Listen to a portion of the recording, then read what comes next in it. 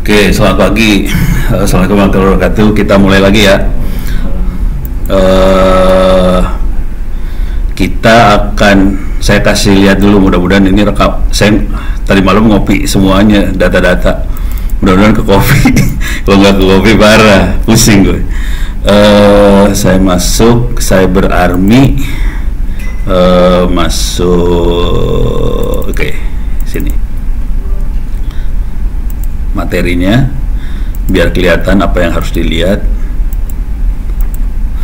Oke, jadi sebetulnya yang paling akhir dari materi ini adalah auditornya. Jadi cara berpikir si Ono waktu mau ngajar, sebetulnya saya pengen ngajarin tekniknya sebagian besar, baru paling akhir di sini ada Information Security Management System sama Incident Response ini terakhir. Ini adalah ISO 27001 sama ISO 31000-nya paling akhir. Jadi ternyata jadi salah. Harusnya di depan dikasih tahu PR lu yang ini ya, terus mari kita bahas. Harusnya cara ngajarnya kayak gitu, ternyata salah nih. Ini salah cara ngajar. Langsung gua kasih tahu cara install, stres semua langsung. Jadi saya harus nerangin ini. Saya akan coba switch dulu ya, nerangin ISO 27001 sama ISO 31000. Sambil nerangin, saya akan coba hubungkan sama yang saya terangin kemarin. Itu ya, mudah-mudahan agak nyambung. Kalau nggak nyambung, tolong diinterupsi, tanya. Si Mbak ini stres soalnya kemarin di lift, Pak, saya nggak ngerti. gua yang ngajar ikut stres jadinya. Lah ilah lo, oke, ternyata oh ini banyak dari belakang. Jadi nggak ngerti, jadi tolong kalau nggak ngerti ya bilang-bilang gitu ya, jangan diam aja, gue yang stres ntar. Oke, kita akan masuk ke sebagai auditor langsung ya. Auditor langsung, ini jujur dulu, tiap kali saya ikutan training sebagai auditor, yang kuat ngikut training adalah yang punya background akuntansi. Kalau background IT biasanya tidur di training auditor. Ini jujur dulu, anak akuntansi biasanya lebih kuat. Entah kenapa teknik pendidikannya kayak gimana, gue gak ngerti dah. Orang akuntansi kuat-kuat kalau suruh auditor. Kalau orang IT, auditor tidur. Soalnya auditor itu biasanya bentuknya checklist. Ini ada nggak, ini ada nggak, ini ada nggak, ini ada nggak. Kalau orang IT kayak gitu udah males banget, udah tidur ya. Jadi gitu ya kira-kira. Nah sekarang, jadi ini bentuknya checklist banget. Cuman untuk masuk gitu nanti ada contekannya. Jadi saya akan ngasih tahu konsepnya gimana. Cuman praktek benernya ada contekannya, ada template-nya, tinggal kita isi template tadi sebenarnya. Jadi hidupnya gampang sebenarnya. Kita mainan di template. Template itu isinya gini. Template itu kayak apa ya? File Excel. Bisa cari di sinilah di Google. Oke. ISO 27001 template. Kayak gitu. Jadi teknik curang sebetulnya. Atau Excel gitu ya. Excel itu gimana sih? XLS X gitu ya. Ini ada, saya gedein ya biar kelihatan. Di sini ada checklist template kayak gitu. Jadi kita mainnya kayak gitu sih sebenarnya. Cuman kalau cuman modal template, kita nggak punya background sama sekali, ini anak IT ngerjain apa, bahaya juga gitu ya. Jadi template-nya sebenarnya udah ada, tinggal kita ambil. Ini saya coba ambil dulu ya. Sebetulnya ada di harddisk yang kemarin yang 500 GB tuh ada tuh makhluk itu sih sebenarnya, bisa dilihat. Nih saya buka template-nya. Nih saya ngasih tahu ujung langsung, yang lu kerjain apa sebenarnya. Alas ya. Dia soalnya ngambil makro-makro dari internet sih. Ya, parah. Oke, sambil, aduh,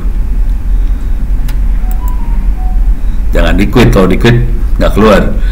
Sambil nunggu, saya coba masuk ke ininya. Bentar.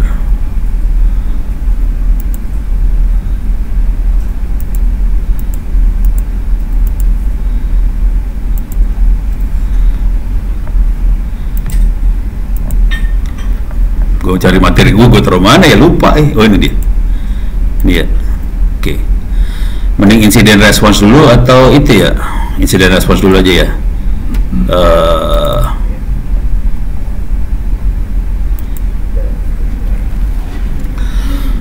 Ini ada dua ya. Jadi saya akan coba bahas dua. Sebagai auditor sama kalau ada insiden apa yang harus dikerjain kira-kira. Ini bentuknya checklist semua ya. Jadi cara berpikirnya ini checklist kayak SOP, prosedur apa yang harus dilewatin. Ini ada dua. Saya coba lihat lagi. Mana dia? Ini dia. Oke. Kegedeannya.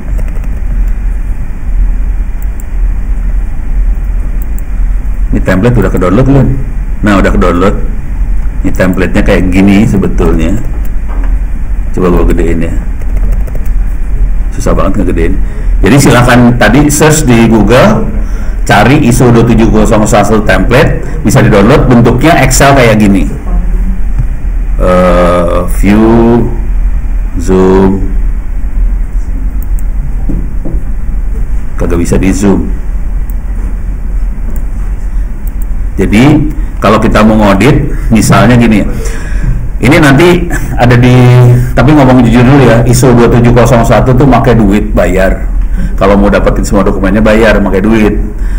Cuman di harddisk yang saya kopiin, banyak buku-buku yang membahas ISO 27001, bukunya udah ada di harddisk itu. Mudah-mudahan bisa, mudah-mudahan ke copy nih bukunya. Hah? Lupa gue yang mana. Ya, kalau nggak salah masih 2013. Tapi kalau kata teman-teman bedanya nggak fatal-batal banget, nggak banyak banget, gitu ya. Jadi, tapi jujur dulu, saya bukan auditor ya. Saya lebih ke implementer sebenarnya. Saya bukan ke auditor. Jadi cara berpikir saya mungkin agak beda sama auditor biasa. Dari mana itu? Oh, masih ada suaranya. Oke. Nah, buat teman-teman yang belum kebayang sama sekali, di ISO 27001 tuh ada kontrolnya. Kontrol apa yang harus dikontrol gitu. Checklist apa yang harus dikerjain. Nah, dengan template ini jadi hidupnya lebih gampang. Karena apa yang harus dikerjain udah ada di sini. Terus di sini misalnya apakah sudah ada information security policy? Siapa yang tanggung jawab? Apakah complain enggak? Kelas update tanggal berapa? Jadi ini udah ada, tinggal diisi sih sebenarnya. Jadi ini sudah ada. Terus all policy approved by management, sudah di-approve sama manajemen belum? Ini kebaca nggak sih dari belakang? Nggak kebaca ya? Aduh, ini gue harus ngegedein, gimana caranya ya? Hah? Oh, di sini ya? Oh, oke. Iyalah. Hah? Di apa? Unfreeze. Di mana sih ya? View. Oh, ini freeze. Oh, gitu tuh. Kelihatan gue jarang pakai Excel. Parah. Anak komen lain suruh pakai gue gitu keluar. Parah banget. Jadi ini udah ada, tinggal dipakai ya. Ini saya bacain sedikit-sedikit aja buat icip-icip aja. Di sini information security policy, apakah exist, apakah approval management, terus ada evidence buat compliance enggak. Jadi ini urusannya Anda rata-rata minta dokumen sih. Dokumennya mana? Gitu.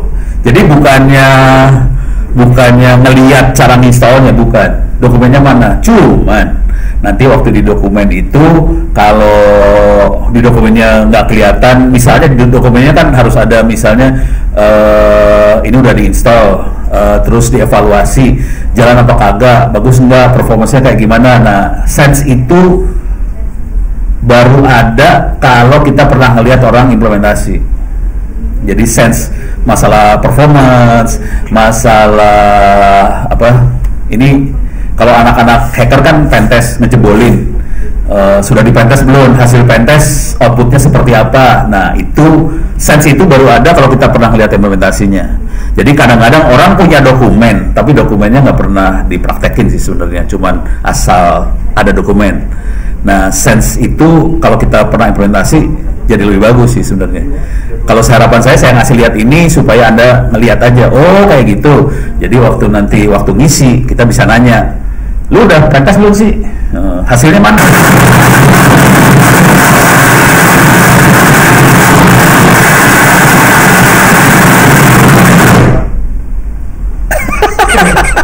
Stres gue. Lagi di pentas. Stres. Ya, beres ya. Nih saya bacain sedikit-sedikit aja ya. Jadi ini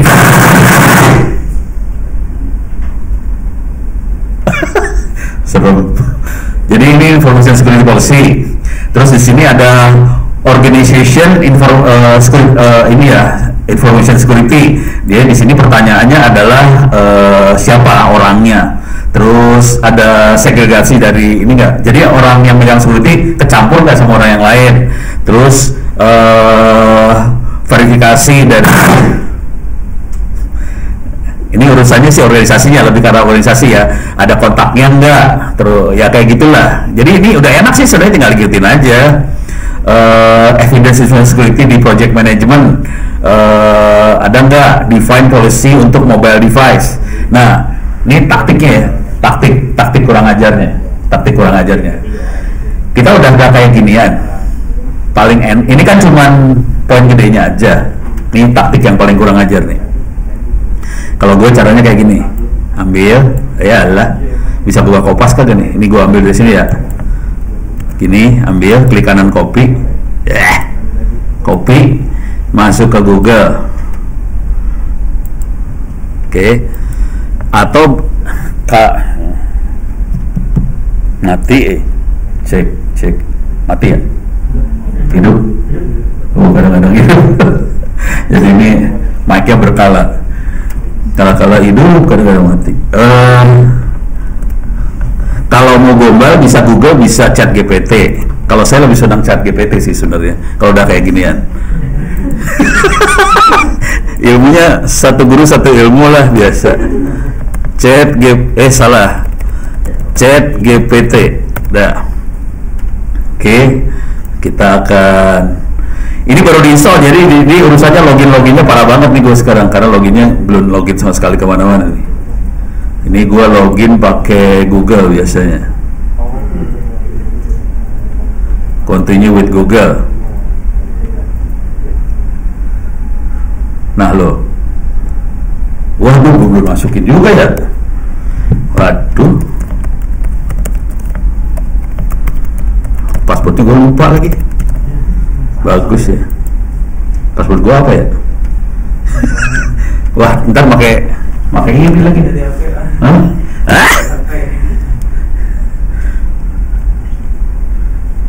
Bentar. Biasanya rese nih urusannya. Pasport gue apa ya? Lupa gue.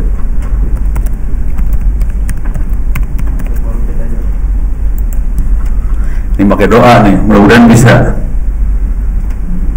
Ini handphone gue yang mana ya? Bukan yang ini perasaan. Try another way. Oh sini nih.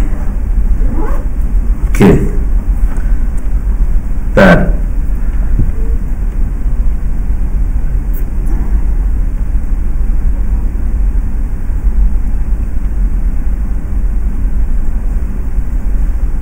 Oh harus di ini ya.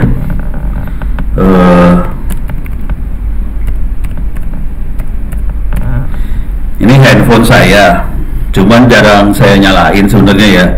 Jadi kalau mau dicatat boleh, cuman lu jangan berusaha ngubungin gua pakai telepon ya. Ngubungin pakai email, pakai telepon cari perkara. Bentar. Oke. Lu nggak boleh lihat semua ya? Ini bahaya nggak sih? Nggak ya? Lu pada setan semua, susah.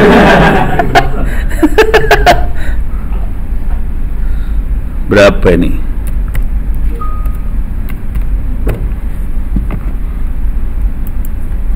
Oke, pakai doa, mudah-mudahan bisa masuk.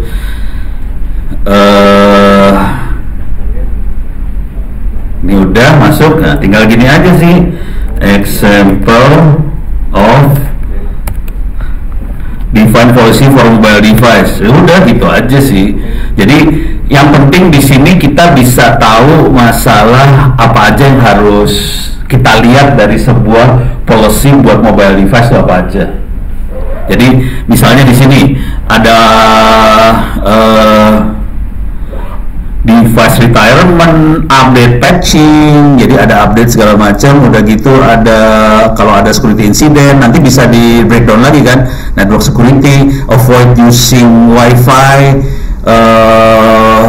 waktu akses ke resource company, appropriate use. Jadi ini dari policy yang ada harus ada poin-poin ini, kira-kira kayak gitu.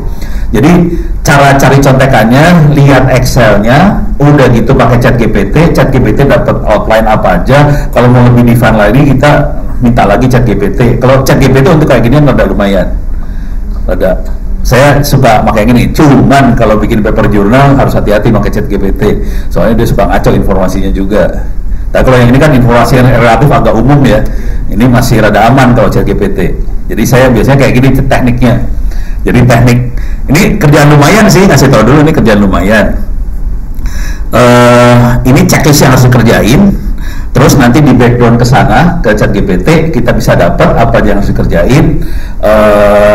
Cuma nanti kalau di sini bahasa Indonesia bahasa Inggris kan ya? Bahasa Indonesia kan ya? Ya udah nanti kalau nggak minta di ChatGPT pakai dalam bahasa Indonesia aja supaya kita bisa dapat template-nya bagus. Tinggal nanti kita tune sama anak-anak infra. Menurut anak infra gimana? Kalimatnya kayak gini bener kagak? Misalnya. Jadi tekniknya kira-kira gini. Jadi lu lihat poin apa yang harus ada, ngobrol sama anak infra. Kira-kira kayak gimana supaya bisa jalan. Cuma jujur ya, banyak loh ini 112 kalau nggak salah. Hah? Checklistnya banyak ratusan. Lu bayangin satu checklist keluarnya kayak gini. Bagus ya. Jadi kerjaan Anda lumayan. Makanya saya tidur, kalau yang ini saya tidur, nggak kuat gue, asli. Ini gue jujur dulu ya, ini saya nggak kuat. Nanti akan ada dua manusia kan, yang satu auditor, yang satu akan jadi implementer yang bikin dokumen-dokumen ini juga kan. Kalau yang audit adalah yang melihat dokumennya, nanti ada yang bikin, nah sama tuh maboknya. Yang bikin agak lebih susah kali ya, soalnya dia benar-benar harus kerjain PR ini. Dan ini kerjaannya nggak seminggu 2 minggu nih, 6 bulanan nih kerja kayak gini nih, lama loh. Gitu. Ngauditnya juga lama. Udah kebayang ya? Ya. Jadi kan konteksnya kebetulan saya juga udah pernah dapat untuk yang 27.002 ya. Oke. 27.002 itu kan sebenarnya kumpulan ya ISJ kayak ChatGPT ini sih. Yeah. Jadi detailnya itu seperti apa kita mengejar policy for mobile device itu, apa yang harus tujuannya apa, tujuannya apa, apa yang harus dicapai gitu kan. Nah berarti kalau kayak gitu paper kita nyicil Bu ini ya Pak ya. Iya. Kalau nggak diantara kita bikin apa ya, saling tolong menolong lah, bikin contekan. Antara si implementer sama yang bikin policy ini ya Pak, bikin prosedur. Iya, tapi nantinya kan yang auditornya kan biasanya bukan orang dalam. Iya, berarti dari luar. Tapi kan bisa ada internal auditor sama implementer ya agak kerjasama supaya jadinya bagus lah buat perusahaan. Yang masalah lagi bukan hanya bikin dokumen ya.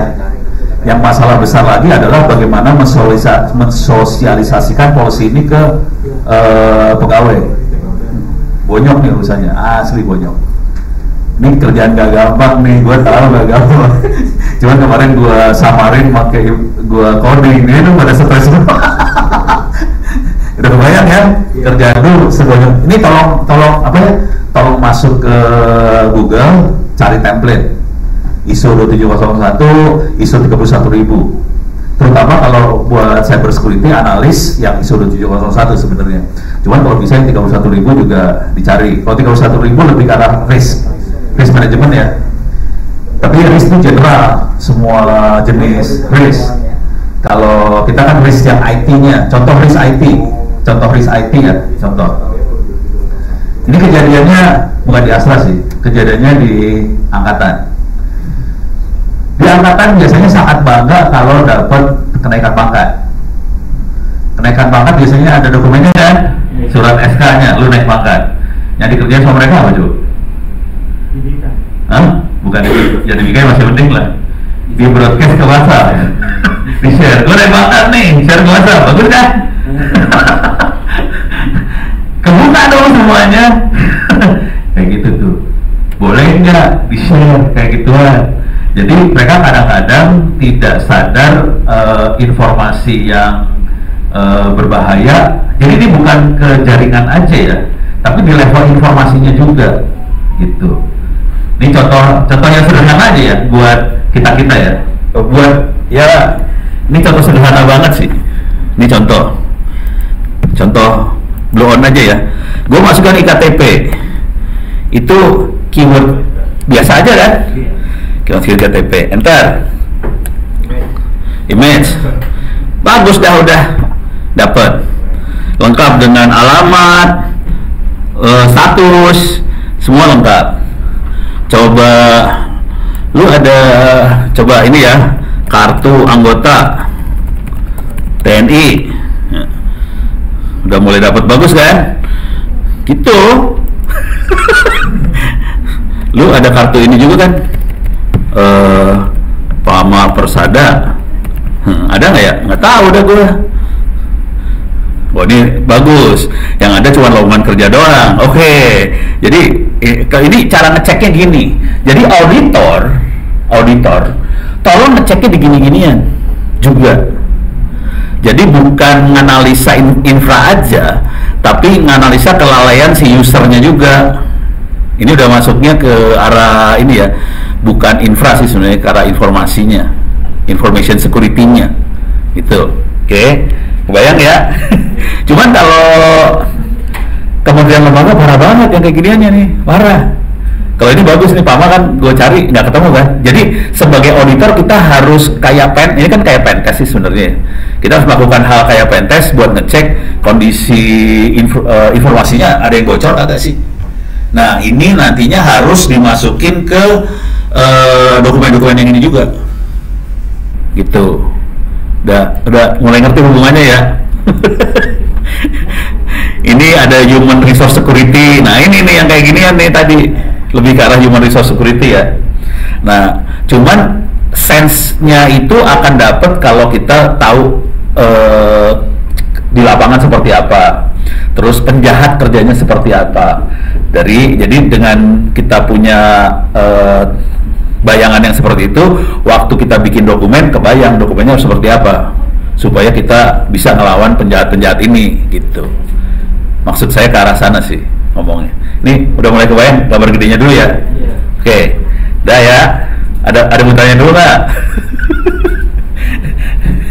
Ya. Oh, boleh bahas ini nggak terkait ISO ini, terkait dengan annex encryption, itu implementasinya idealnya tuh kayak gimana ya, yang diekspektasi dari ISO ini? Enkripsi yang kemarin itu sih sebenarnya ya. Itu di level HP data PII itu harus di-encrypt kan Pak? Itu implementasi yang di-expect itu seperti apa ya? Ini jujur dulu ya, yeah. Gua belum dalemin banget yang itu sampai detail yang situnya ya. Dari sisi ISO-nya gua nggak dalemin. Saya kan dari sisi teknologinya kayak gitu. Nih, enaknya jawabnya gimana? Gue juga belum bisa jawab yang serius nih. Gue lagi mikir cara jawabnya gitu, kita nyari sebareng-bareng nih ya. Ntar coba coba paling blow on pakai ChatGPT dulu ya. Encryption expectation in ISO 27001 gitu kan ya. Saya gedein ya biar lebih enak. Tapi udah gitu kita, ini kan ChatGPT secara, karena dia AI, dia akan scrolling kemana-mana, dia akan ngambil informasi. Cuma nanti kita tinggal cross check aja informasinya benar apa kagak. Ini gue tanpa cross check biar cepet aja ya. Nah kelihatan kita bisa lihat nih clause-clause yang harus dipenuhi kayak gini. Oke. Rata-rata dia bentuknya lebih kayak aturan. Ini kalau baca sepintas kayak gini, dia aturan, dia nggak nyebutin ini ya. Protokol eksplisitnya apa nggak disebut. Kalau saya baca sepintas kayak gini ya. Jadi misalnya kayak gini,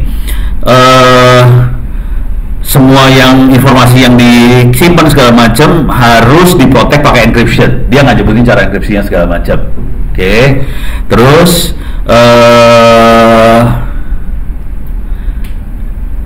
encryption nah ini nggak disebutin juga. Nah sekarang saya sambil baca sambil ngasih lihat kejadian benernya ya.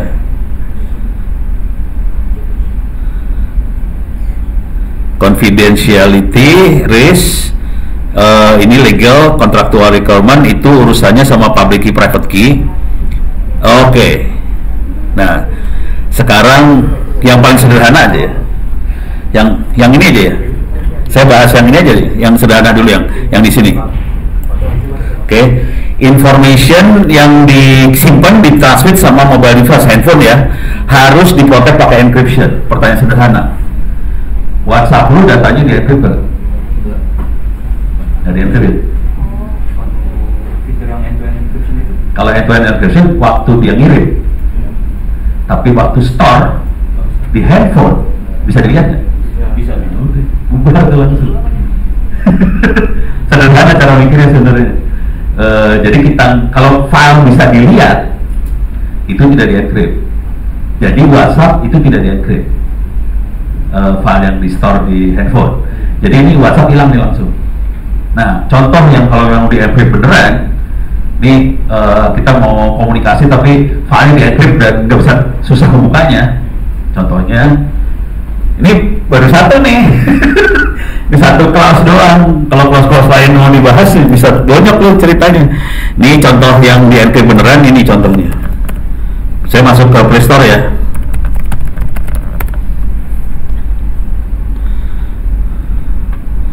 Ini gue masuk ke Play Store, oke. Bisa dilihat di handphone masing-masing juga sih. Saya akan masuk ke Palapa. Ini parah nih, ini parah banget. Ini Palapa, bisa diklik. Ini free, bisa di-download. Kalau mau dicobain aja, di-download. Oke. Ini yang bikin teman-teman kita juga orang Indonesia. Dasarnya sama, dia sama WhatsApp. Jadi dia pakai source code-nya Signal, sama-sama WhatsApp, ambil. Cuman WhatsApp agak lebih dibolongin supaya gampang. Misalnya tadi waktu store data nggak di-encrypt gitu ya, supaya gampang. Terus misalnya WhatsApp mungkin bisa ngambil dari address book langsung. Kalau yang ini kacau banget nih dia. Bisa, kita punya address book. Address booknya semua yang dikirim, yang ditaruh di servernya dia itu hash dari nomor teleponnya, bukan nomor telepon yang ditaruh, hash. Nah kalau kita punya address book, kita akan lihat hashnya doang. Konsekuensi itu hash, si sana nggak bisa ngelihat si saudara itu nomor teleponnya apa. Terus caranya biar bisa matching antara user dengan user, dia akan ngopat hash. Ini hashnya sama kagak? Kalau sama, oke, lu kayaknya temen, boleh komunikasi. Udah gitu, waktu komunikasi, dia akan generate public key, private key untuk tiap komunikasi. Dia generate. Jadi itu tiap komunikasi di generate. Artinya end-to-end encryption-nya dijalanin. Udah gitu semua informasi di encrypt. Di store-nya, di hard disk dan di handphone-nya di encrypt sekalian. Parah nih. Udah gitu yang paling parah dari WhatsApp adalah gini. Kita punya WhatsApp group misalnya ya. WhatsApp bisa baca nggak obrolan kita di grup? Bisa. Lu tahu semua WhatsApp bisa baca ya? Udah gitu tetap pakai grup itu kan? ya, itu kan terhadap policy. Polisinya kita gimana? Gitu. Ini kondisi grup. WhatsApp bisa baca. Konsekuensinya WhatsApp bisa monitoring pergerakan dari corporate dong. Mungkin corporate nggak masalah, bayangin ini pergerakannya TNI, aparat, pakai grup juga sama kan? Bagus, kebuka semua tuh dunia, dah beres. Kalau yang ini, si Palapa parah banget, asli parah. Kalau cara kerja WhatsApp kan dia end-to-end encryption dari satu poin ke poin satu. Kalau grup berarti poin yang sebelah sana adalah server WhatsApp. Terus di server WhatsApp dibuka tuh, obrolan kita dibuka kan? Terus dikirim ke masing-masing user end-to-end lagi kan, encryption. Di Di jalur komunikasinya nggak bisa dibaca memang, tapi di servernya bisa dibaca. Kalau yang ini parah dia akan generate key. Jadi misalnya kita member satu grup, oke? Dia akan generate key untuk setiap member grup itu. Terus dia akan bikin end-to-end encryption buat semua member grup tadi. Dia akan kirim komunikasinya tanpa lewat servernya Palapa ini. Jadi kalau grup, si handphone akan kirim ke semua anggota grup handphone kita. Konsekuensi dari sini adalah WhatsApp cepat, Palapa lemot. Orang banyak komplain, kenapa kalau di grup lemot? Soalnya grup dia si handphone kirim langsung ke masing-masing member supaya si server nggak bisa baca. Jadi si yang bikin Palapanya sengaja dibikin gitu supaya servernya nggak bisa baca. Kalau servernya bisa baca sama dengan WhatsApp, lu bisa kebaca. Kalau ini nggak bisa. Cuman konsekuensi di handphonenya lemon. Gitu. Ya ada konsekuensinya lah. Tinggal milih yang mana. Gitu. Kalau boleh saran, cobain aja orang gratis aja free. Ya, jujur yang ini kita pakai biasanya buat kalau kita lagi kerja sama TNI sama kayak gitu, makanya gini. Nggak pakai WhatsApp. Jadi kalau ada kerjaan yang serius banget harus secure, WhatsApp dibuang. Tapi sekarang TNI mulai banyak pakai ini sih. Cuman akibatnya itu ya, kalau grup lemot. Karena yang ngirim ke member grup handphone. Kalau WhatsApp yang ngirim ke grup membernya server WhatsApp. Kenceng. Jadi kita nggak cuma kirim satu aja kan. Kalau ini kalau misalnya ada membernya 100 ya 100 mungkin itu mampus. Dan dia harus generate key untuk 100. Bayangin generate key kan lama prosesnya kan. Lama. Jadi lama banget. Jadi orang pada komplain pakai ini. Kenapa lama banget ya? Gimana? Gitu cerita. Jadi contoh aja. Ini contoh dari satu clause aja ya. Satu clause aja udah kelihatan bedanya. Kalau Telegram gimana Pak? Telegram gue belum pakai. Kalau menurut lu gimana? Curang dia. Curang dia. Cari apa dia berani ngomong? Kalau ini saya berani ngomong, saya soalnya kenal dekat sama developernya. Developernya di sini sih, di mana? Bukan di Priuk. Jatinegara terus Karang Bekasi itu Jatiwaringin. Di pas Pengolan, jadi pas keluar tol Jatiwaringin, kalau dari arah Jakarta keluar tol Jatiwaringin, ini kantornya sebelah kiri. Mereka lokasinya di basement. Gue tahu semua. Parah. Ini anak-anak gila sih, isinya anak-anak gila banget. Cuma konsekuensi dari sini ada, konsekuensinya ini masalah besarnya juga sih. Misalnya ada kasus aparat nggak bisa dapetin barang bukti. Misalnya ada kejadian. Kalau WhatsApp kita bisa dapat barang bukti ya, WhatsAppnya bisa kita minta, tolong dong obrolannya dikeluarin. WhatsApp keluar nih, ini nggak bisa. Jadi si operatornya ini nggak bisa ngasih barang bukti. Sampai kayak gitu. Karena semua diantri. Jadi betul-betul aman, saking amannya si operatornya nggak bisa ngeliat kita. Parah ya, parah banget asli. Cuman ya terserah korporat ya, perusahaan mau seberapa gitu. Kalau nyaman dengan WhatsApp ya pakai WhatsApp. Kalau mau yang lebih sadis pakai yang ini. Kalau level-level yang kritikal banget, saya nggak terlalu nyaranin WhatsApp sebenarnya. Tapi kalau yang ya biasa gitu buat temen gitu ya nggak apa-apa. Asal tahu akibatnya. Contoh akibat tuh gini paling gampang di WhatsApp ya. Contoh paling gampang. Lu masuk grup WhatsApp ngomongin misalnya rumah atau ngomongin anak.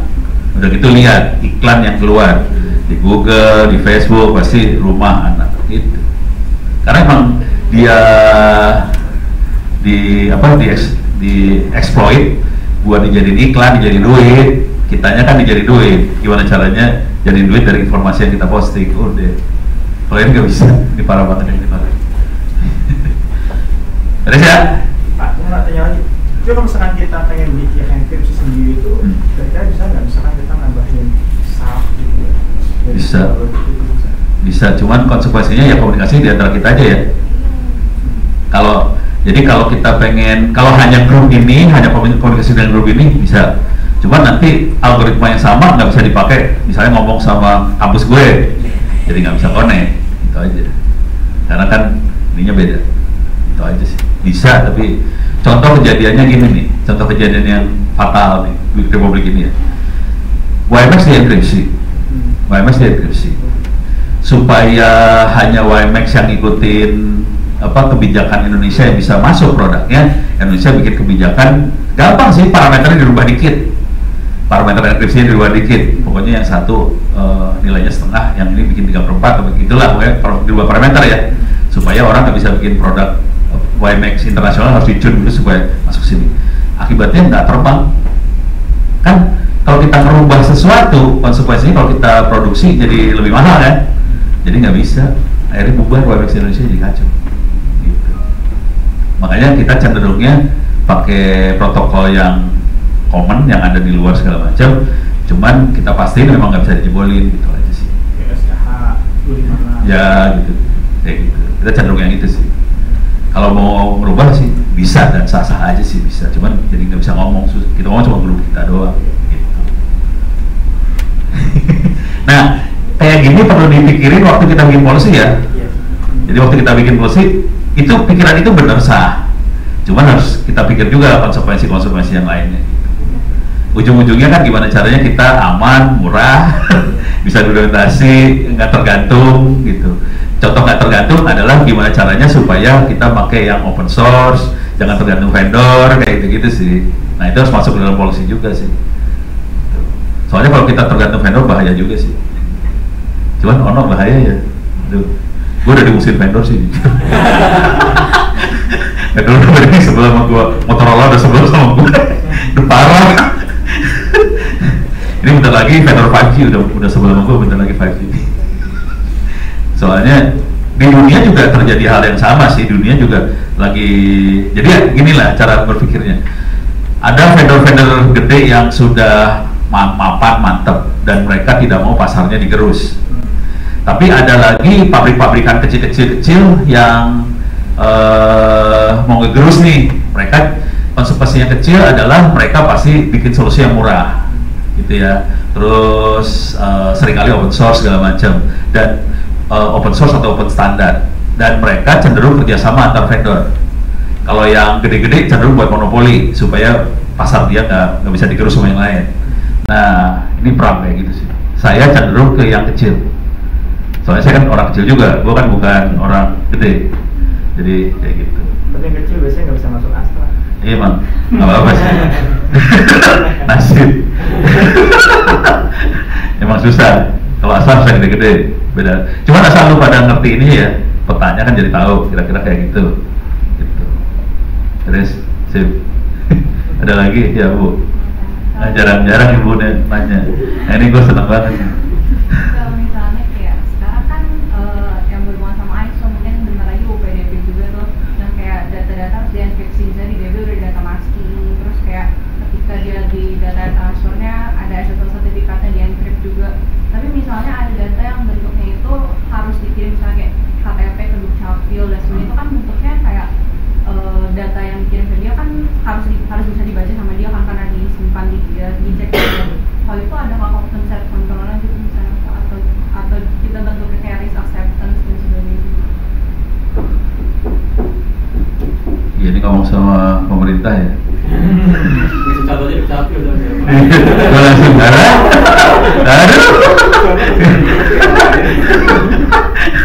aduh. Ini kalau implementasi benernya mereka sih udah dia bikin untuk masalah enkripsi segala macam, proses transaksinya mereka bikin. Yang bikin siapa? Yang bikin anak-anak ini juga sama persis. Jadi kalau ngomong sama Dukcapil langsung, yang bikin mereka. Ini lagi kerja keras sih mereka, soalnya mereka harus ngamanin buat pemilu besok. Jadi mereka yang ngerjain, dan saya tahu banget emang yang vendor yang dulunya terpaksa dilengserin. Jadi mereka yang ngerjain sekarang. Ini memang anak-anak palapa ini yang ngerjain. Nah, terus cara berpikirnya kira-kira gini. Mereka bikin, jadi ini sebetulnya platform komunikasi yang secure kayak WhatsApp ya, dia secure. Cuman dia bukan hanya bukan salurannya diamanin, dia sampai seluruh data-datanya diamanin. Oke, setelah data aman, setelah komunikasi aman, datanya aman, udah gitu dia mainannya caranya main micro apps. Gimana kalau ngerti micro apps sih? Cara berpikirnya kira-kira gini nih. Cara berpikir sederhananya ya. Aplikasi yang gede-gede itu bentuknya misalnya gini, kita punya web gede, jadi webnya masif gede, udah gitu bentuknya server, udah gitu ini klien connect ke server komunikasi, itu klien server komunikasinya, itu yang apps yang biasa, klien server di encrypt segala macam. Kalau micro apps komunikasinya klien-klien, beda banget tuh, karakternya beda. Dan sekarang di dunia security kita komunikasinya buat klien server, klien. Contoh, WhatsApp sama web biasa, bagusan WhatsApp kan security-nya, dia tuh klien-klien loh. Hacker susah masuk kalau klien. Kalau klien server, hacker masuk. Kalau klien-klien, hacker susah masuk. Jadi platform yang dipakai buat komunikasi sekarang cenderungnya klien-klien. Platformnya apa? Nih, Palapa ini. Udah gitu, ini kan Palapa handphone nih, handphone sama handphone kita mikirnya. Nah, yang klien-klien ini di salah satu handphone ini, sebenarnya bukan handphone sih, salah satu aplikasi ini yang jadi klien juga, dia connectin ke server. Jadi dia kita nyebutnya micro apps. Karena aplikasinya kecil, nempelnya ke platform yang ini. Itu. Jadi bentuknya kayak gitu. Dan ini yang dipakai sama si Dukcapil. Jadi aman sekarang. Cuman kita harus ngomong sama Dukcapilnya, Dukcapil, kita perlu nih komunikasi sama lu. Nah, caranya gimana segala macam. Nanti mereka ngomongnya sama anak-anak ini sih ujungnya sih akhirnya. Sama orang-orang ini juga. Kalau ini udah setengah gede sih sebenarnya, dia kategori bukan usaha kecil lagi, udah setengah, tadinya kecil, tapi sekarang udah setengah gede, udah lumayan rada gede. Mereka adalah supplier atau vendor yang biasanya ngomong sama Mabes TNI, sama kayak gitu-gitu. Jadi dia mainnya di situ. Kalau Astra kayaknya belum, mereka lebih ke minyak. Apa sih? Yang di Kalimantan tuh lupa. Pokoknya yang bekasnya punya Prancis tuh. Bukan, Total. Dia ngemainnya sama Total. Soalnya si pendirinya ini dulunya kerja di Total, di Prancis langsung. Jadi pendirinya kerja di Total, jadi dia punya hubungan dekat sama Total, makanya dia banyak kerjaan Total. Gitu. Orang IT, security, tapi akhirnya bikin ini, tapi banyak kan sama Mabes TNI segala macam. Gue yang stres, no, bantu dong, Pak Mabes. Lu tau sendiri kalau Pak Mabes ya harus pakai sepatu, gue paksa pakai sepatu. Gak ada hubungan. Jadi kira-kira gitu kalau mau ngelihat prosedur, SOP, aturan segala macamnya, cara berpikirnya klien-klien. Ini gue ngomong dari sisi teknologi ya, klien-klien plus micro apps, kira-kira kayak gitu. Tapi semuanya di encrypt, dan enkripsinya yang saya terangin kemarin, kira-kira. Udah siap, kebayang ya? Boleh. Gue seneng kalau ditanya cewek. Kok cowok-cowok kayak ini mah susah. Jangan semua ya. Jangan semua. Kalau misalnya kayak kan ada poin satu app ya, contohnya misalnya ketika kita get profile itu kan bentuknya kayak kita dapat info user kan, walaupun ini sebenarnya di device kita sendiri. Yeah. Yang misalnya entah itu di web atau di mobile Yeah. apps. Kalau itu kan sebenarnya data transfer ada enkripsi, cuma kan in transit ketika di device kita berarti dia terbuka atau enkripsinya biar bisa dibaca. Yeah. Lalu sebenarnya ada risknya nggak? Maksudnya risknya apa, dan kayak misalnya cara untuk mengatasi risk ini gimana ini? Oke. Ini kayak yang gue jelasin kemarin sih, masalah. Kemarin gue nanya kan ya, iklan di toko online untuk tiap orang sama atau beda? Beda kan? Persis kayak gitu. Risknya, kalau risk komersial ya, risk yang di dunia komersial, kan mereka berusaha memprofiling seseorang untuk dapat dia kata klasifikasi orang ini apa, udah gitu dimonetize, dijadiin duit jadi bentuk iklan. Jadi risknya itu yang kebanyakan. Walaupun ada risk yang lain contohnya bini gue yang udah ketipu 6 juta perak. Jadi si attacker profiling kan, nih cewek satu sukanya apa, mesin jahit apa segala macam, atau gue kasih lihat email orang-orang ya yang ini aduh bener kasihan banget nih. Ini tadi pagi aja ada yang email, aduh parah dah.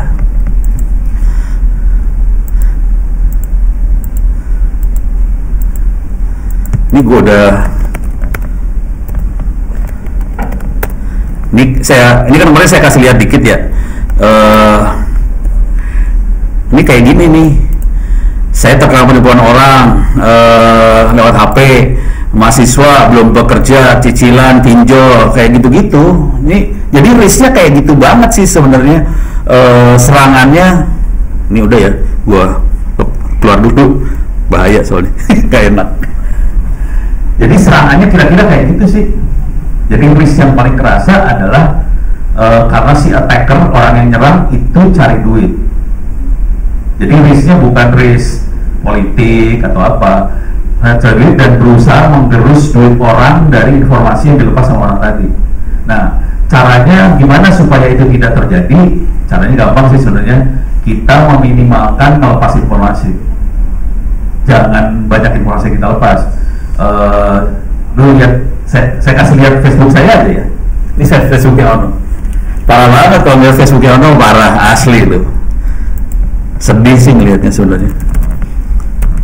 Gue belum login ya. Aduh anjrit Nih tuh kan. Gue masuk ke sini dulu lah, ke page gue lah. Oke. Ini Facebook saya.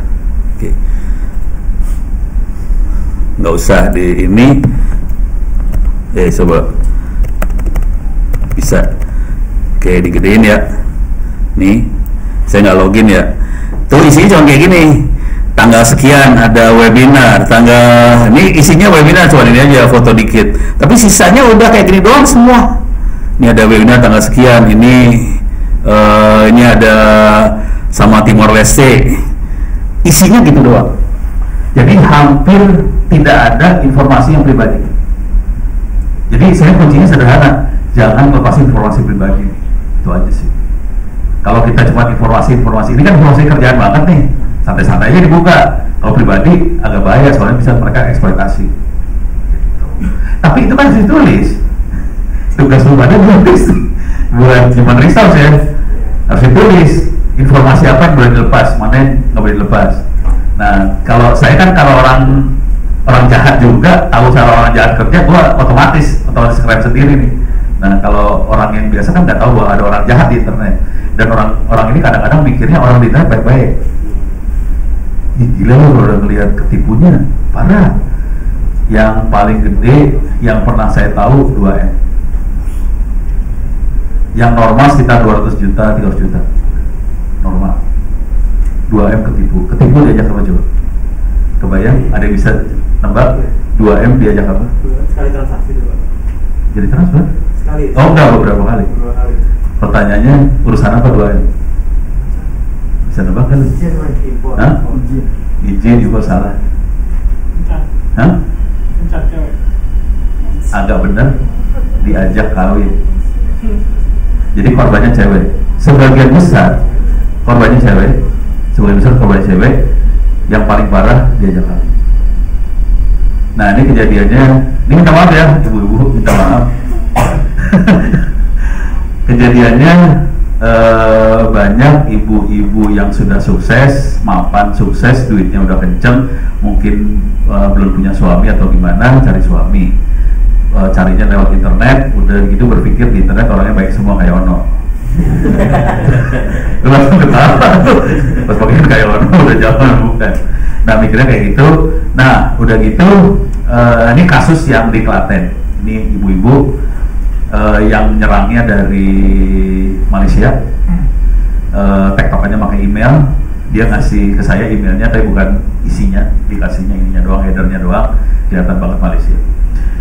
Diajak kawin, udah gitu kawin semua orang Indonesia kan susah ya, ada numpang nikah lah apa segala macam, karena si ibu-ibu ini kebelet transfer. Yang 2M sama orang Nigeria. Orang Nigerianya pura-pura jadi diplomat Inggris yang cakep, ya kan gampang ya. Cari cowok cakep di internet kan gampang kan, tinggal masukin keyword aja, cowok cakep di internet, apalagi sekarang pakai ChatGPT, keluar kan gambarnya cakep banget, dikirim langsung kesengsem, pengen kawin 2M. Asik. Tapi yang 2M tuh kebetulan teman yang handle. Kalau yang ini saya interaksi langsung, dia kenanya sekitar 200 juta. Kalau bapak-bapak yang kena adalah gurunya Ono sendiri langsung, profesor di Institut Teknologi Bandung. Kalau bapak-bapak biasanya bukan kawin. Bapak-bapak biasanya laki-laki kenanya ada 2. Kalau laki-laki ada 2 yang kena nih. Kalau yang level gede-gede biasanya kenanya investasi. Investasi bakal dapat duitnya gede, baliknya gede. Ketipu nih. Profesor ITB, gurunya Ono, ketipu. Anaknya ngomongin gue, no, bisa bantuin nggak bapak gue? Apa emang? Gini-gini, ya, capek deh. Kenanya dari Nigeria. Kalau Nigeria susah, gimana kita menariknya? Nggak bisa. Nah kalau yang banyak banget ketipu ini bodong-bodong, investasi bodong segala macam, itu cowok banyak juga. Terus email kononya, jadi mereka rata-rata ini emailnya, aduh gimana sedih banget sih.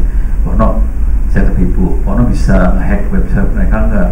Saya ketipu, ini saya duitnya butuh buat istri ngelahirin, kan mana coba? Udah tahu disuruh ngelahirin dipakai buat judi dulu. Tapi itu harus diajarin ya, maksudnya harus ajarin ke mana sih namanya? Ke pegawai di sini semua, kasusnya kayak gitu. Itu bagian dari strategi 2021. Nah sekarang taktiknya gimana supaya bisa ngajarin orang banyak? Taktik yang dipakai sama Bank Indonesia, taktiknya gini nih. Kalau tiap kali masuk ke jaringan corporate, kan login dulu nih. Anak-anak IT-nya Bank Indonesia minta soal ke saya. Jadi ini ada soal kayak gini. Ini free, tapi kalau harus ngerjain di sini mah nyebelin sih. Open course ITTS. Ini saya belum login semua soalnya baru selesai di format ya. Jadi belum ada nih. Bisa gue cari nggak di sini?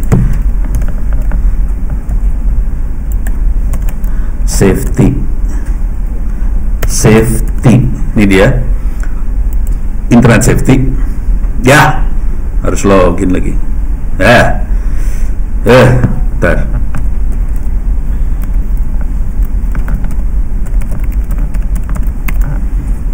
Mudah-mudahan bisa masuk. Password gua apa ya? Lupa. Ya udah lupa gua password. Harus lihat lagi catatan. Ya udah. Jadi itu ada internet safety. Di situ dijelasin gimana caranya kita aman berinternet, gimana caranya pakai WhatsApp, pakai mobile segala macam. Cuman kalau user biasa suruh ngerjain, ini ada ujiannya. Kalau user biasa suruh ngerjain ujian ini pas males kan? Nah, anak-anak Bank Indonesia gini ngomongin ke saya, bisa minta soal-soalnya kagak? Saya kasih semua soalnya, free. Nih, kasih soalnya. Yang dikerjain sama anak Bank Indonesia, anak IT-nya Bank Indonesia, kurang ajar banget sih sebenarnya. Tapi pintar dia. Ini semua orang kalau masuk ke network corporate harus login. Sebelum login dikasih satu soal dulu, lu kerjain di soal, gitu kan? Kerjain lagi soal kan? Dah. Terus baru buat masukin username password, login. Besoknya kerjain satu soal lagi, besoknya kerjain satu soal lagi. Akibatnya apa? Orang-orang jadi nempel di kepala kan? Selain itu, manajemen jadi tahu peta kondisi pengetahuan si pegawai tentang cybersecurity seperti apa. Jadi teorinya kita harus sosialisasi. Gimana cara sosialisasi supaya mereka tidak ngerasa jadi beban? Jadi caranya waktu login diajar. Tapi jangan panjang-panjang, soal pendek-pendek aja kasih jebret. Nah itu anak IT yang kerjain itu. Kalau di BI ya, BI kerjain kayak gitu. Cuman bank lain nggak ada yang kerjain itu, BI doang. Dan itu minta soal dari Ono. Udah gue kasih aja gitu. Itu ya, beres ya, aman. Kita lanjut ya. Oke. Jadi yang saya ingetin lagi, tolong download template. Terus nanti main ChatGPT atau pakai Google buat melihat detail dari template tadi. PR-nya gede banget, soalnya itu ada ratusan, kontrolnya ratusan, banyak banget. Oke, checklistnya banyak banget, PR-nya gede. Gue gak enak ngomongin soalnya gue tahu kerjaan lu pasti banyak di sini. Karena kita masuk ke filosofinya dari si ISO 27001 sama 31.000. Bisnis proses lah, lebih karena bisnis proses, filosofi, cara berpikirnya ya. Cuman kalau detailnya ratusan tadi detailnya. Oke, dan itu mabok. Sorry, udah pada pernah audit bener belum sih? Udah ada yang audit. Udah ngerasa maboknya ya? Tapi jujur gue kagum sama lu auditor gue nggak sanggup soalnya. Saya nggak sanggup. Saya tahu prinsipnya doang, tapi suruh audit bener gue nggak sanggup. Saya nggak bisa. Bukan inilah, bukan jiwanya soalnya. Oke, saya masuk ke ini ya. Ntar mau break jam 12. Oh jam 10. Oke. Gue mau ngikutin komandan aja jam 10. 10 siap. Oke, kita masuk ke sini dulu ya. Ini teman-teman Cyber Army, Cyber Academy yang bikin. Oke. Cyber security tugas utamanya identify, mitigate, manage. Kira-kira gitu. Yang gede-gedenya. Sekarang kita masuk sini. Saya gedein. Bisa nggak digedein?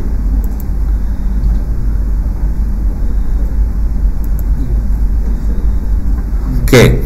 Yang namanya risiko, ada 3 hal yang bikin risiko tadi. Pertama sekali dari sisi asetnya sendiri, si peralatan segala macam yang kita punya. Terus ancamannya, threat-nya, dan kelemahan yang ada. Oke, jadi ada 3 besar sih sebenarnya dari asetnya sendiri, threat, vulnerability. Asetnya ada yang ancamannya karena nilai dari aset tadi. Ada mungkin nilainya nggak gede banget, tapi sangat kritikal. Kalau sampai ini kena serangan, kacau semua ceritanya. Contoh yang sederhana aja, kabel fiber itu semeter, tahu nggak harganya berapa? Kabel fiber satu core, bukan banyak core, satu core semeter berapa? Tahu nggak harganya berapa? Semeter. Harga begini, ini pedagang kabel. Nggak tahu lu? Harganya Rp800 semeter. Oke. Murah. Kalau yang diistipak itu biasanya ada yang berapa? Kalau yang drop wire 1 core atau 2 core. Yang drop wire ya, jadi yang dari apa? Ya router ke kitanya. Tapi kalau antar ISW-nya biasanya 24 core tuh. Lebih gede nih. Tapi kabelnya kecil juga sih. 24 core lebih kecil. Tapi kalau yang ke rumah-rumah itu 1 core atau 2 core, tergantung teknologinya. Rata-rata sudah 1 core semua sih. 1 core. Rp800 semeter asli. Makanya hari ini kampung-kampung Republik Indonesia udah kabel fiber nih. Kan ternyata kita tahu di Indonesia banyak penjahat. Jadi lu coba lu ke ini Bogor, ke apa IPB Bogor yang Darmaga tuh ke atas kampung fiber, anjrit banget gue. Fiber meter itu orang kampung yang bikinnya parah. Coba bayangin kalau ini kan kabelnya digantung gitu ya, ya tinggal dipotong habis selesai, putus udah. Jadi murah tapi putus mati semua. Bayangin lu punya aset di hutan ya mungkin yang motong bukan orang ya, yang motong babi hutan nyeruduk lah atau apa ya, putus lu. Layangan udah benar, layangan putus. Jadi itu contoh murah tapi kritikal. Oke. Kalau value ya misalnya kalau Pama kan alat berat itu kan udah jelas mahal banget gitu, beres ya. Threat, nah ini threat ini adalah hackernya nih. Seberapa mungkin hackernya nyerang, likelihood. Terus ada kalau ada yang serangan, impactnya kayak gimana? Contoh serangan paling gila tuh misalnya di DOS supaya si server down, akibatnya kerjaan jadi tawa semua, kira-kira kayak gitu. Oke. Terus karakteristik dari si penyerang tadi, serangan jenisnya macam-macam juga ya. Ada yang nyerang ke database, ada yang nyerang ke handphone, dan itu karakternya beda-beda, kira-kira kayak gitu. Vulnerability dari si aplikasi yang kita pakai sih. Jadi yang paling nyebelin ini sih sebenarnya si tukang coding. Jadi ini mindset programmer sih. Mindset programmer kadang-kadang waktu kita program, kita berasumsi bahwa orang yang akan akses orangnya baik-baik semua. Akibatnya nggak pernah dicek dulu nih informasi yang masuk seperti apa. Kalau saya orang jahat, saya bisa nyelipin itu kan, trojan masuk ke dalam. Nah itu suka nggak diperiksa sama aplikasinya. Sense jadi kayak gitu, sense seperti itu harus ditumbuhin. Kalau kita tukang nyerang, sense-nya ada. Kalau orang yang baik-baik, biasanya sense-nya jadi baik. Mereka berasumsi semua orang baik. Contoh, ibu-ibu yang tadi ketipu, mikirnya bahwa di internet orangnya baik semua. Guru saya ketipu, mikirnya investor di internet orangnya jujur semua. Padahal di internet cuma bajingannya bejibun kan ya. Itu. Jadi harus sense jahatnya perlu ditumbuhin. Salah satu cara buat numbuhin sense jahat adalah kita tipu pegawai sendiri. Kemarin kalau nggak salah Pak Mai kerjaan itu ya, siapa sih?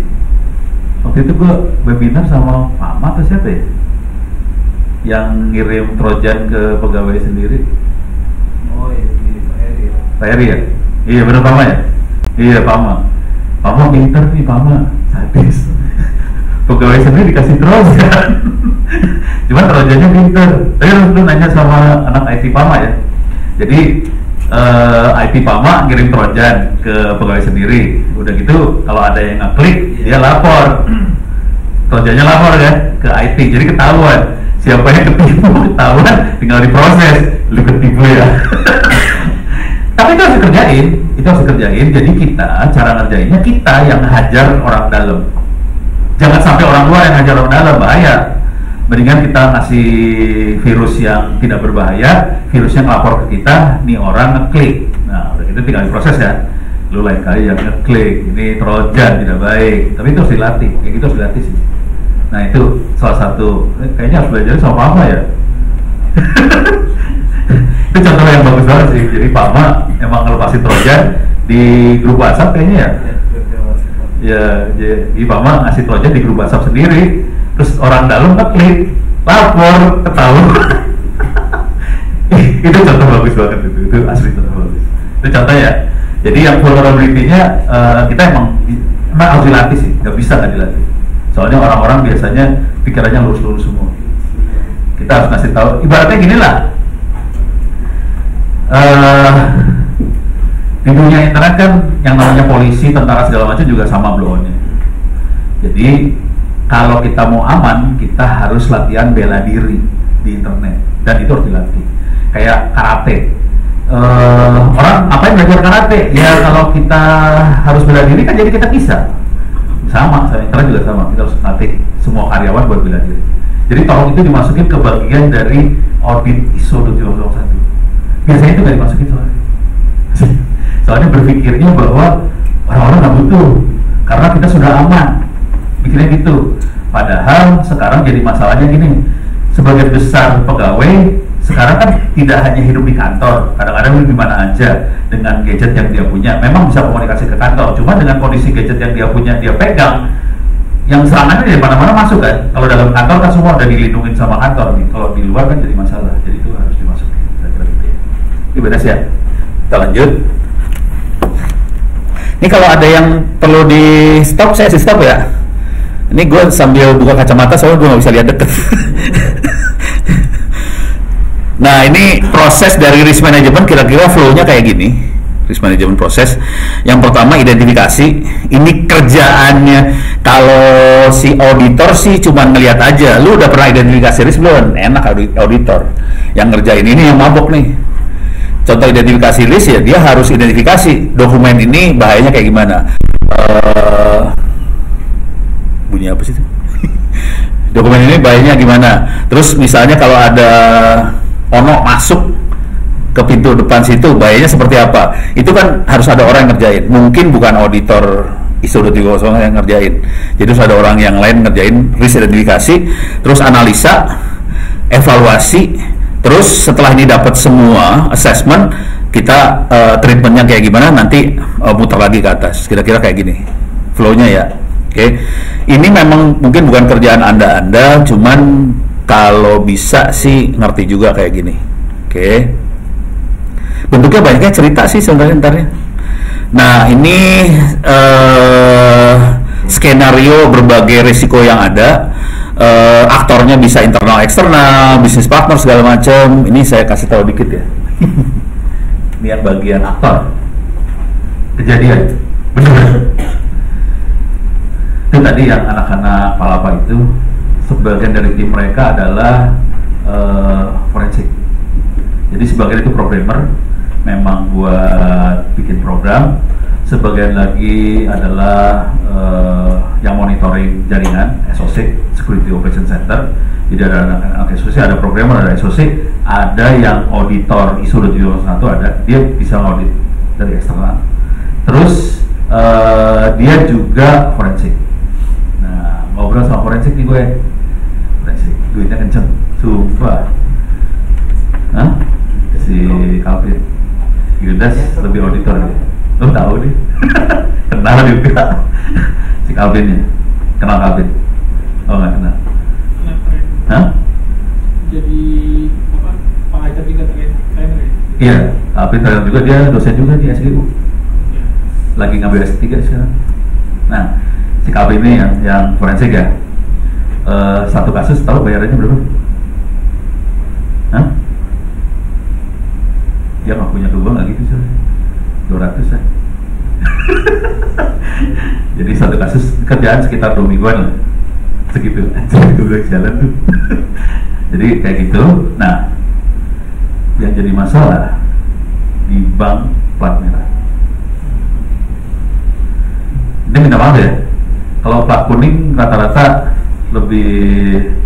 orangnya lebih struggle lah, sering ngerjain apa-apa sendiri. Kalau plat kuning, lu kan plat kuning kategorinya ya, rata-rata Anda itu kerjain apa-apa sendiri, dan ini orang-orang jago-jago rata-rata di plat kuning. Plat merah itu mereka jago bikin RAB, terus udah gitu subkontrak. Lu udah ketawa semua, itu masalah besar tuh.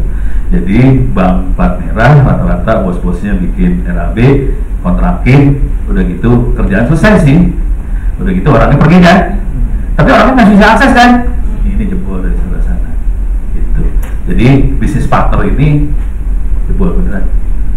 Pas di audit, di forensik, yang nyerangnya kontraktor itu.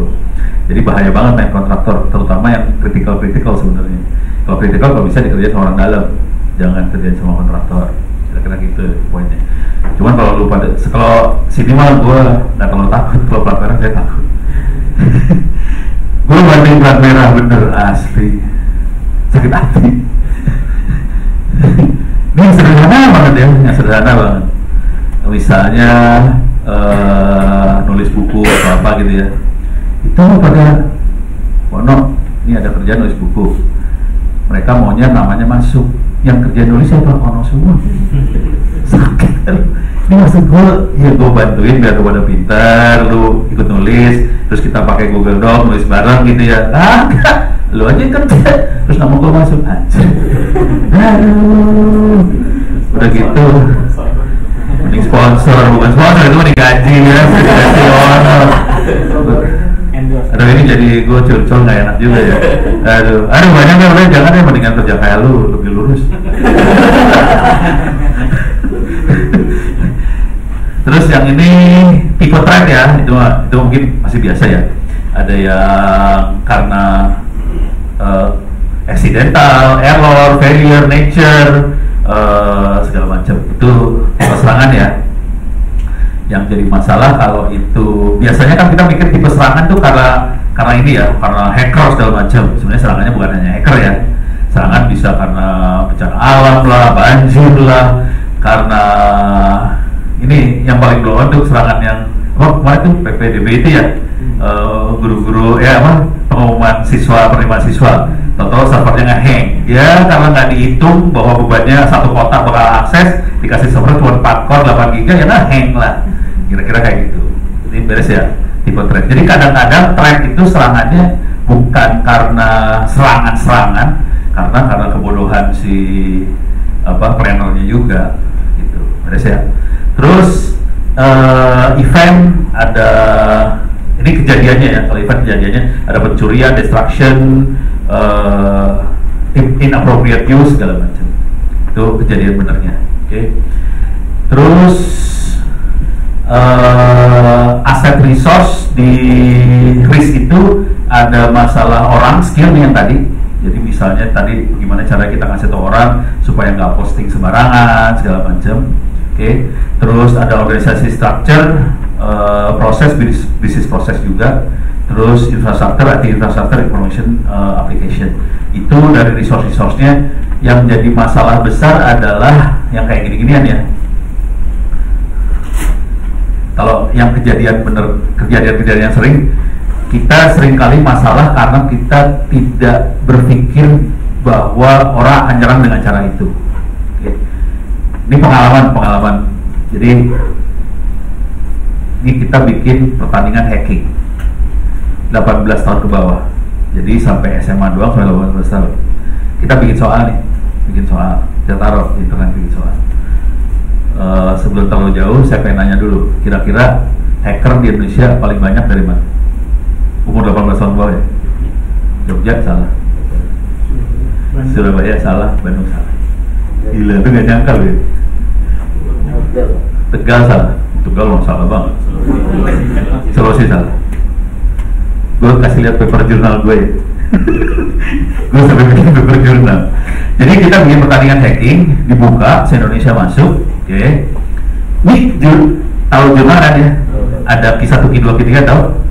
Ini masuknya Q2. Anjir. Gue sering kaget di Korea masuk. Kalau tahu kejadiannya sih Ono cuman iseng-iseng bikin pertandingan hacking. Terus polanya kita kasih training segala macam. Nah, cuma saya pengen tahu, bukan pengen tahu. Saya mau ngasih lihat kondisi skill orang Indonesia. Ini masalah SDM ya. SDM tukang nyerang.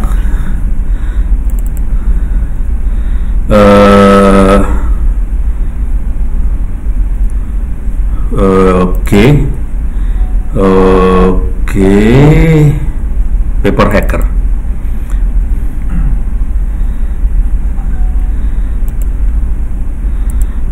Nih, aslinya bukan ini, bentar. Aslinya tuh hacking CC mana BC CTF ini dia. Aslinya gini. Aslinya CTF press release. Jadi aslinya kayak gini tulisannya. Oke. Bukan cuma press release ini, yang juaranya mana juara? Mana sih? Gue lagi nyari. Oh, ini juara press release. Oke. Jadi aslinya kayak gini. Bisa digedein kagak sih? View, preference, font,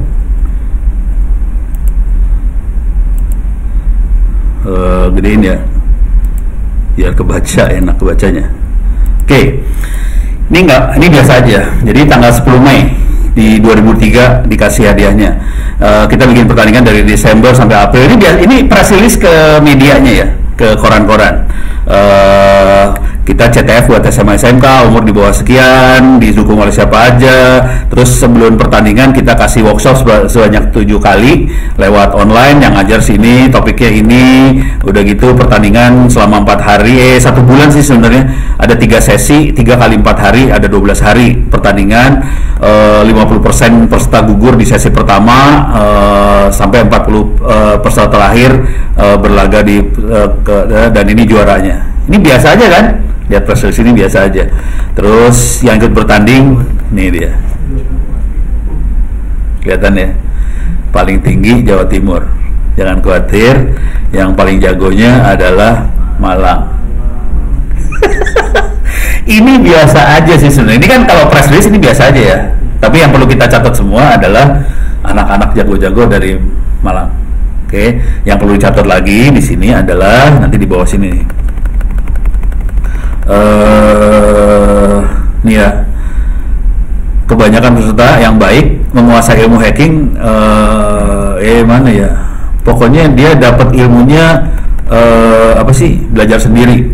Kira-kira gitu ya. Dari SD itu. Hah? Ada yang anak SD? Anak SD. Dari SD udah belajar. Iya. Yang menarik adalah mereka belajar sendiri. Waktu saya masuk Paper Journal, review dari Korea bilangnya gini, nggak salah, nggak mungkin dong. Emang gurunya nggak pernah ngajarin, kayak gitu loh. Kalau kita analisa kan, emang orang anak-anak begini kan belajar sendiri. Kalau analisa kan tahu ya. Itu review luar negeri, nggak percaya kalau kita belajar sendiri. Asli nggak percaya. Jadi temuan ini kan jadi temuan, kategorinya temuan ya. Mereka nggak percaya apa yang saya temuin gitu. Nah, ini biasa ya. Ini biasa, gua kasih lihat paper beneran. Ini baca kayak gini biasa kan? Ini teknik nulis paper sih akhirnya. Biar lu pada bisa S2, S3 lah. Oke. Tadi mana sini? Hacker. Ini paper benerannya nih. Ini udah direvisi. Jadi ini diterima di Q2. Cuman gue bayar mahal buat masuk Q2, anjrit banget. Salah. Kok nggak bisa keluar mana? Ini ya? Oh, ini dia. Gimana caranya supaya bisa view? Oh, kanan bawah ya? Iya. Kegedean ya? Oke. Nih. Ini sebenarnya kata-katanya sama yang tadi nih. Ini ngasih tahu aja kata-katanya sama sih. Cuman begitu dibikin serem aja. Ini kan kita bikin workshop kayak ini biasa, sama yang tadi. Cuman yang bikin serem kayak gini-gini nih. Nah, kasih kayak gini, kati peta Indonesia. Langsung orang kan jadi, ini kelihatan konsentrasinya di sini kelihatan banget. Udah gitu pemenang-pemenang paling banyaknya. Ini soal-soal yang susah-susah kita ambil dari servernya. Ternyata mereka paling susah di digital signature, web hacking, ini analis, OSINT dan sebagainya itu masih gampang, data leak gampang. Terus ini juga sama, ini soal tingkat kesulitan soal. Nanti yang menangnya kelihatan dari sini. Nah, dari informasi seperti ini kita jadi tahu, oke, kita bisa dapat anak-anak jago dari Indonesia, lokasinya ada di sana. Jadi kalau lu mau ya udah kerja sama mereka ini. Terus saya buka rahasia dikit lah. Kira-kira berapa lama mereka belajar hacking? Ini anak umur berapa tahun ya? 18 tahun. Berapa lama dia belajar? Hah? 6 bulan tahun. Juara satunya 6 bulan. Rata-rata setahun. Dan jago. Supaya bisa jago, backgroundnya apa? Hah? Matematik? Salah. Programming. Bukan TKJ. Bukan infra. Jadi harus programmer. Jadi hacker yang jago itu programmer. Ini yang juara satu, dia mainnya Python, mainnya data science. Terus waktu ada pengumuman, ada lomba hacking, belajar hacking 6 bulan juara satu. Anjir itu orang. Terus yang seru dari kita, waktu kan kita bikin soal nih, kita tahu soalnya susah buat jebol ya, susah. Kita mikir cara ngejebolnya gini, ternyata anak-anak cara ngejebolnya beda. Jadi cara ngejebolnya beda, tembus juga. Nah, ini kejadian sama anda yang misalnya nanti auditor atau bikin aplikasi segala macam, orang nembusnya kreatif, asli. Kalau mau gombal buat rekrut ya, bikin CTF sih. Rekrut nih anak-anak ini jago asli. Tapi ya hati-hati, rekrut anak kayak gini hati-hati ya. Mereka kan seniman, tergantung akhlak kadang-kadang bisa bahaya. Masalah moral kan? Iya, tinggal masalah moralnya. Harus cek dulu, lu sholat 5 waktu kagak gitu kan. Tapi ini anak-anak jago, asli jago. Yang juara satu jago, bagus banget. Saya juga kaget. Jadi waktu didatengin, kan kita datengin mereka semua ke Jakarta, ngobrol. Saya rekam tuh ngobrolnya rekam. setahun, oh 6 bulan, programmer gitu, asli. Pertanyaannya, mereka belajar dari channel YouTube apa? Oh enggak, bukan Ono Purwo jelas sudah, bukan. Ono Purwo kan channelnya baik banget. Tahu? Nggak betul? Hah? Apa? Bukan. Sebenarnya nih, Pak Girinto, kira-kira anak-anak ini belajar dari channel mana? Mana? Nih, anak-anak hacker. Komunitas Pak? Enggak, channel YouTube-nya apa? Tahu nggak? Orang India. Orang ini ya? Salah. Ini bukan. Gue tanya semua, kejualan 10 orang, channelnya sama semua. Sama. Kaget gue. Oke, sama. Namanya John Hammond. Emang ngajarin CTF sih. Karena kan pertamanya CTF. John Hammond CTF ngajarin, dia ada Pico CTF segala macam. Jadi channelnya khusus. Gue kaget asli. Kita nggak pernah tahu itu kalau kita nggak pernah ngadain itu ya. Jadi kalau boleh salah sih iseng aja lu pada ngadain gitu langsung tahu. Oh ada kayak dunia kayak gitu ya. Nah, gitu. Balik lagi.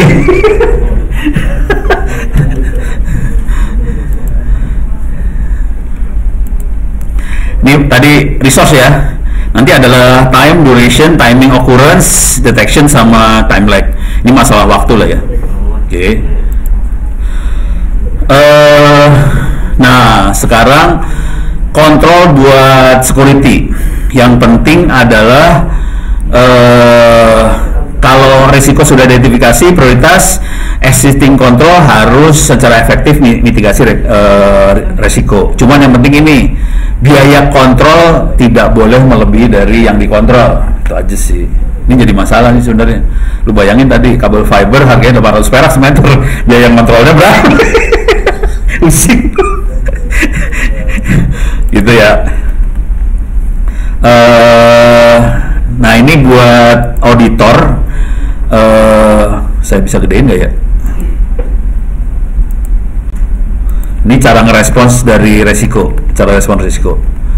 Setelah kita lihat skenario, analisa, kita petain segala macam, terus kita bisa dapetin pilihan.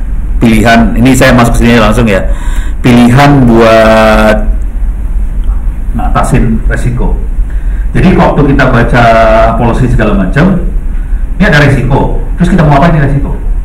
Tergantung tingkat resikonya jelas ya. Tapi pilihannya ada 4 ini sih. Ada 4 ini resiko.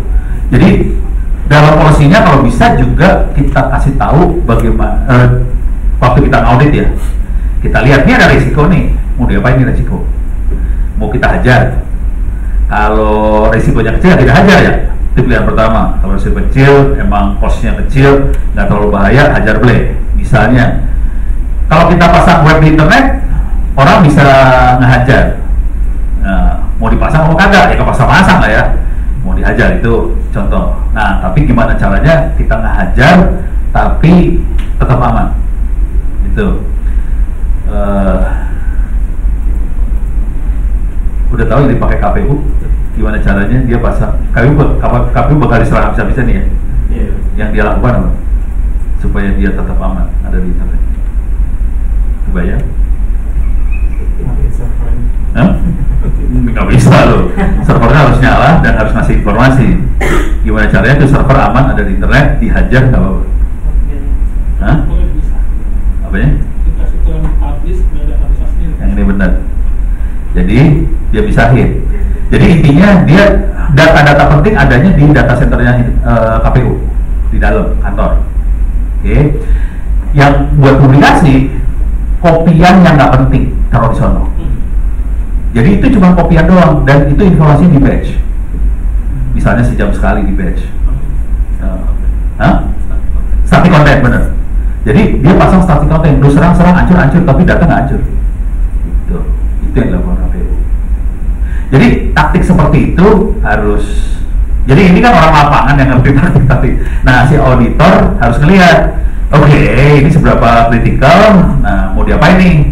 Mau dihajar seluruh data dari internet, bisa dihancurin, atau kita split data yang aman-aman ditaruh di data center dalam kantor, data yang mau diajar taruh di internet, silakan diajar. KPU caranya gitu. Cuman yang kita, atau gue kasih lihat paper lagi. Parah sih, lu mainnya paper jurnal.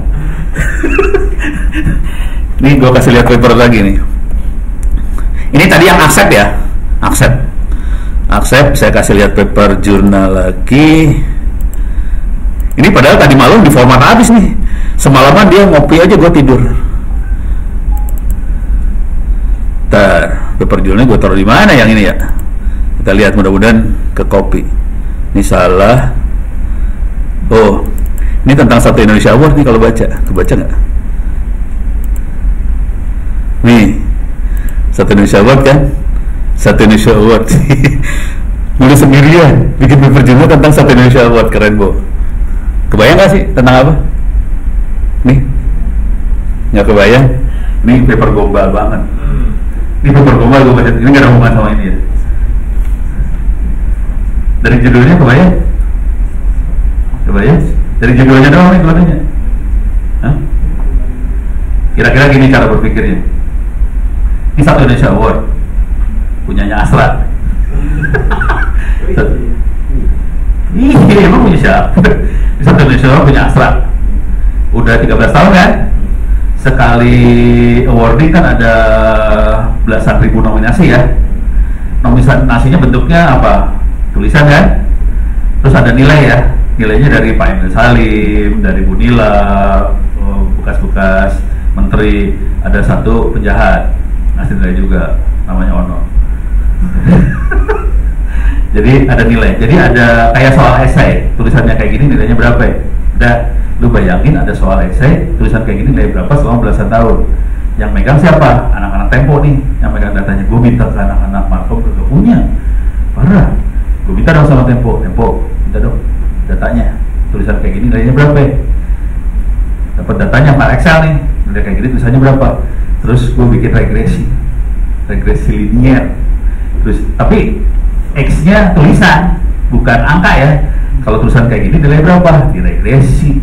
Udah gitu kan awarding tahun selanjutnya tulisan doang yang masuk kan? Tapi kan gue udah punya model, kalau tulisan kayak gini angkanya berapa? Dimasukin model ini, hajar ke sini. Terus udah gitu gue compare sama Pak Emil, Bu Nila segala macam, kira-kira berapa? Sama hasilnya. Terus gue bilang dong sama anak-anak sana AI kan, sama anak-anak Markom, Boy segala macam. Nih, gue berhasil bikin gini. Lu pada mau masukin nggak namanya? Nggak mau, udah Ono aja ya. Udah, gue masuk sendirian. Ini jurnal iseng. Ini contoh Ono lagi iseng ya.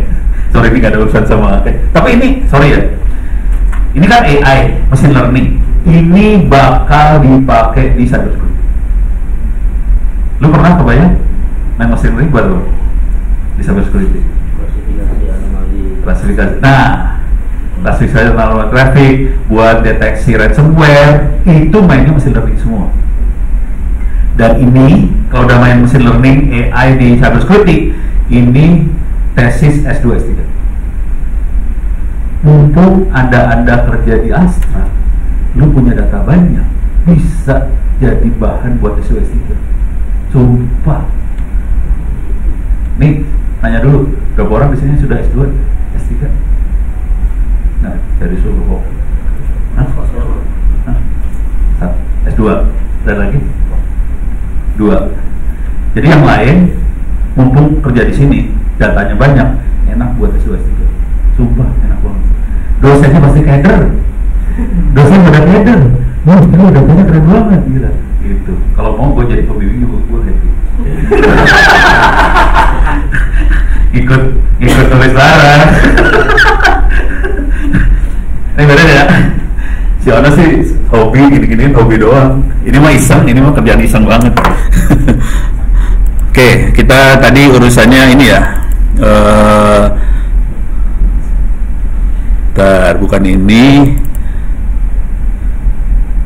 Bukan ini, yang ini kali. Nah, ini dia.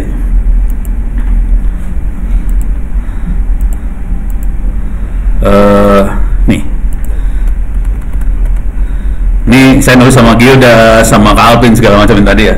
kita scalping segala macam, kita bikin highly secure real count. Sekarang saya kasih ini ada di ini jurnalnya sih di Telkomnika, oke, 2019.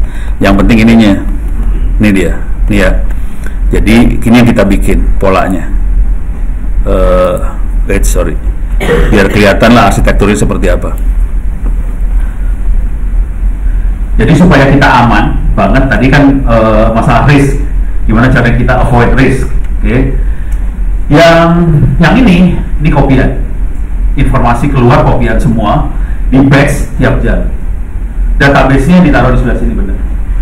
Database ditaruh di sebelah sini, informasi yang dikirim ke masyarakat kopian aja, di batch tiap jam. Nah, yang jadi masalah besar adalah data entry. Karena kita data entry-nya bukan dari intranet, data entry-nya dari internet, oke? Ini kan urusannya Pilpres kemarin, Pilpres yang entry adalah relawan yang kan kita posting di Twitter segala macam, ya lu mau jadi kawal Pilpres nggak? Lu jadi relawan, tolong fotoin hasil di TPS C apa itu ya, C berapa, tolong difoto, kirim. Jadi cara kirimnya kita pakai secure platform ini. Waktu itu namanya bukan Palapa, namanya Pesan Kita. Jadi ini micro apps ini, klien ini ada micro apps yang nempel di situ. Jadi arsitekturnya udah secure dari dulunya. Kita kepaksa bikin secure kayak gitu karena kita nyebarnya di masyarakat langsung. Kalau di Astra kayak gini kan emang intranet, lo aman sih sebenarnya, nggak usah sampai separah ini bikinnya. Kalau kita harus sampai ke masyarakat langsung, kita mainnya klien-klien buat komunikasi, buat entry data. Cuman di sananya kita batch. Jadi arsitekturnya kita pakai kayak gitu. Dan ini akhirnya kemarin berapa kali saya webinar sama teman-teman di Mabes segala macam kayak gini semua. Arahnya ke arah sini. Jadi arahnya web di batch, udah gitu informasi mainnya secure platform, micro apps, klien-klien bukan klien server. Nah itu yang mungkin orang jarang tahu bahwa kita mainnya klien-klien sekarang. Kalau mau aman ya mainnya klien-klien. Terus ya, ini ngerubah mindset nih. Lu kebanyakan masih klien server kan, mikirnya klien server itu bahaya. Lebih susah buat ngamaninnya maksudnya. Kalau klien-klien lebih gampang buat ngamaninnya. Karena dan ini kalau sederhana aja pakai WhatsApp. Kalau kita pakai WhatsApp, sambungan putus, dia kan pending ya, nggak kirim ya. Kalau kita pakai client server, sambungan putus sambungan semua, data nggak akan kekirim. Kalau WhatsApp, data akan tetap kekirim pada saat sambungannya nyambung. Oke, jadi bagusnya klien-klien adalah nggak apa-apa sambungan putus aja, jebret. Pas nyambung dia kekirim. Cuman hackernya jadi nggak bisa standby dong. Kalau client server kan kondisi harus connect terus nih, ya kan bisa kapan aja masuk nih. Kalau klien-klien putusin aja jebret, data entry dulu putusin, terus batch jebret. Misalnya jam berapa di batch, lebih aman. Makanya kita cenderung klien-klien sekarang. Gitu. Datanya tinggal real-time. Kenapa? Ya kalau lu butuh data real-time jadi kacau emang. Cuman kalau misalnya data-data yang harian kayak gitu jadi kayak data keuangan kan kadang-kadang tidak harus, kalau bukan transaksi ya kan tidak harus real time banget juga, jadi ada aman. Ya.